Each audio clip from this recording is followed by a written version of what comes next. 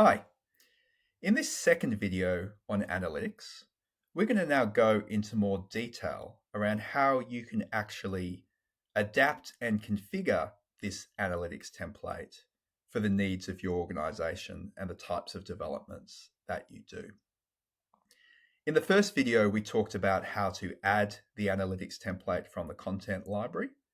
We talked about how the analytics template actually works, and how to click on the numbers and view what is being calculated and to change some of the key inputs.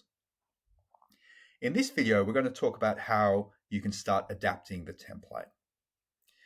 And so to do that, we need to go a little bit deeper to understand the types of formulas that exist within the template and how they actually work. So there are 4 types of formulas within the template. And if you click on any of the rows here, it will actually bring up the formula editor where you can see these formulas and how they're calculated. The most important part of the formula editor is this section here that says components. And you'll see here there are 4 types of components that you can have. So a property component is something that is pulling from the map. This is either an area that's been calculated, or it's a property that you've attached either through a usage or a direct property to a geometry. So you'll see there's things here like the saleable area, there's things like the sale price. These all come from the map. So when you open a formula, if you see a property selected, that means it's pulling from the map. The second type of formula is a formula that calculates from other formulas, and we call those formulas measures. So if you click on one of the headings and you see a measure selected here, that means that it's pulling from something that's already been calculated in analytics. As a convention, I like to include these asterisks in front of measures that are input cells. So I know that that is a number I can go change in the model, versus total construction costs, which is a formula, obviously. So that's just a convention I use, and we use in the template so you can see what type of measure is coming in. And you'll see below here the actual formula that's being used. So component A times B over 100. So construction costs times professional fees divided by 100 is that formula. So measures is the second type. The third type is subtotals. And so if I click on the total here, this is using a subtotal formula. The way that this works is this sums up everything in a section. The key to using subtotals is that you need the unit type to be different to what you're totaling. So this will let you select all of the currencies within that section. And then to avoid creating a circular reference, if your total is in the same section, you set the total to the subtotal unit type. And so by making those 2 changes, you can create a subtotal. And then the fourth type is if you're looking at the site area. So this is the site area section. This is where you want to pull another property from Giraffe that isn't related to a particular geometry. And there's a set of properties here that you can use that relate to the overall site. So they're the 4 types of properties or formulas, if you like, that you can do within Giraffe. Now, the second thing to understand is, as well as doing a formula, A times B, you can also do a filter. And the filters exist in this left-hand side here. And you'll see here, I'm doing a filter called usage type is residential. And this is really important. So if I just did saleable area times sale price, it would pull everything in the map through to this line, which is fine if I just want a total revenue single figure. But if in my analytics I want to split it out and I want to show residential and commercial and retail and industrial on different lines, then I need to make sure I'm applying a filter. So I'm going to show you a real example now of how you may want to adapt this template for your own use. So say that I wanted to model build to rent residential separately from build to sell residential. At the moment, I just have a single residential usage, which is coming into this residential line. Now, the first thing I could do is actually create a new usage. So I could go to residential, and there's a clone usage button here. So I could clone it and call this build to rent residential. And that will create a new type for me. And then in the appearance, let's change the color so we don't get confused. Let's make it dark orange. And let's say that this build to rent has a bunch of studios and 1 beds and less 3 beds. So I can change all that. So I've now got build to rent residential as a dark orange. And so I could go to this building here and say, instead of commercial, you are now build to rent residential, which is great. So I've now got 2 sets of buildings, 2 sets of assumptions, both coming in to here. But the problem is I actually want to show build to rent residential on a separate line. And perhaps I don't want to do it by sale price. Maybe I want to do it by rental yield or something like that. So maybe it's got a different formula, or certainly it's got different GST treatment. So I at least need to understand that. So how do I actually get this on a different line? Well, at the moment, what's dictating what line these go to is that filter. So the filter usage type is residential. And that usage type exists in my usage editor.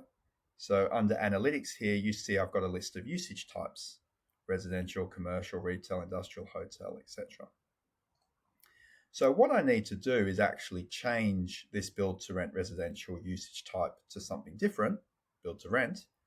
And then I need to create a new row over here. Now, how do I do that? Well, the first thing I need to do is change the definition of usage type, because at the moment there isn't a build to rent definition in this list. So to do that, I actually need to go up here to the giraffe in the top left, into the advanced settings. And under the advanced settings, you'll see this option for custom properties. So giraffe, advanced, custom properties. And this is where the definitions exist for all of those lookups that you may want to create. And you can create your own lookups and things within your analytics as well. But you'll see here there's one called usage type. So I need to edit usage type here. You'll see this is the list of options I have at the moment. So I want to add an option. I'm just going to call it BTR, and then press save. I can close that window. Now you'll see when I click in here, I've now got an option for BTR because I've added it to that list. Great, so I'm going to change this to BTR, and then I'm going to save it. And now my build to rent residential is in this BTR category. You'll see when I press save, it came out of that number. So now what I need is I need another line for it so I can actually bring it in. I'm going to need to do it here and in the construction costs as well. So to do that, the easiest way to do it is to click the line above, and there's a little duplicate button here. So I'm going to duplicate this. You'll see now it says residential copy, so I'm going to call this BTR. And I'm going to change my filter. So instead of filtering residential, I now want to filter BTR. And then press save. That's created this new row here. Just to the side of it here, you should be able to get the little hand. So if you get the hand, you can drag it up. Let's put that up there. And that's coming into that total. Fantastic. So now I've got residential and BTR. Next thing I may want to do is check then construction. I'll need to do the same because it's not in my construction. So I'll click construction, duplicate, BTR, change the usage type to BTR.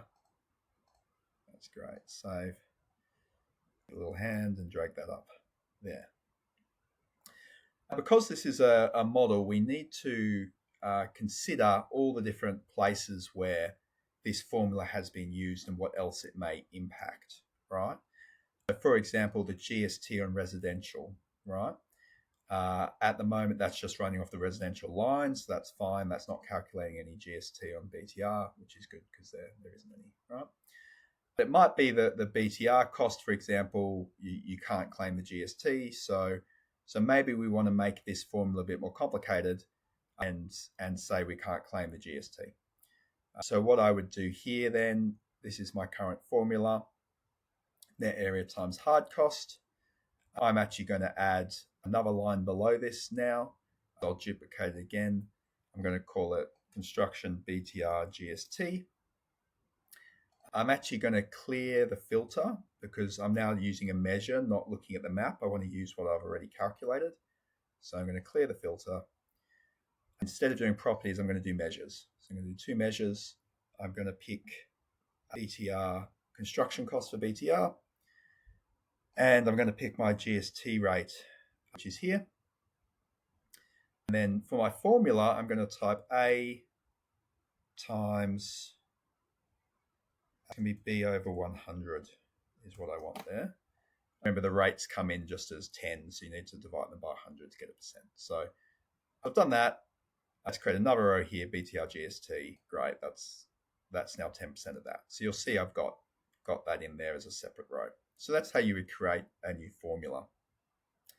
You go through the rest of your model and just check what things calculate off. So professional fees calculate off construction costs, that's fine. PM fee calculates off other costs. So I don't think I need to change any of those. So that's how you can add new rows to analytics. So we've talked through adding a new usage, adding some new properties to the lists, adding some new rows to analytics. So as you experiment, you'll be able to see how to do that. And there's a lot of great documentation within the chatbot and the knowledge base on how to do even more complex formulas. One formula I may just show you is how we do the land value formula. I'll give you an indication of some of the more complex formulas that you can do. So the way the land value works within this analytics template is there's actually two options. So you can set a fixed land value, or you can set a target ungeared margin on cost. And so what we have above this is an input that's a bit like a switch if you've used switches in Excel.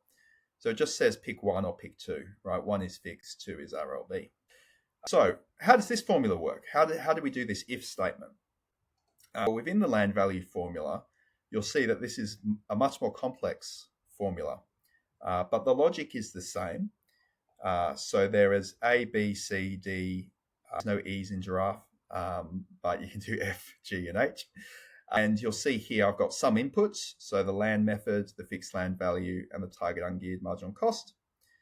I've got some pre-calculated revenue cost, other acquisition costs, and I've got stamp duty rate in there as well. You'll see the way that this formula works. If you do, you can do an if statement by using a question mark and a colon. So, and using these two equals, or using a equal, greater than, or less than, or those kind of formulas. So what this is saying is, if A equals 1, so if the land method is 1, question mark, use number B, fixed land value. Otherwise, which the colon does, use this formula, which is the residual land value calculation formula that we've input here. That's how you can do more advanced formulas within Giraffe. As I said, there's lots of great documentation in the chatbot and the knowledge base.